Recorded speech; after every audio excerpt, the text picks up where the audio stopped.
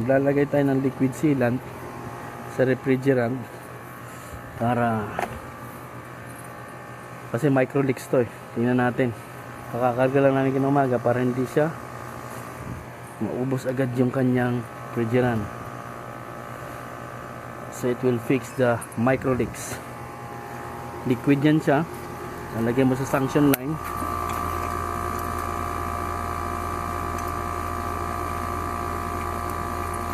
Ayan.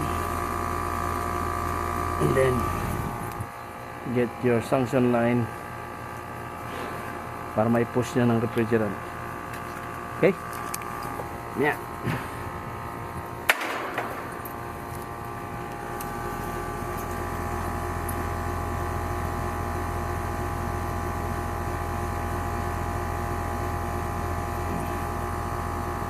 Yes.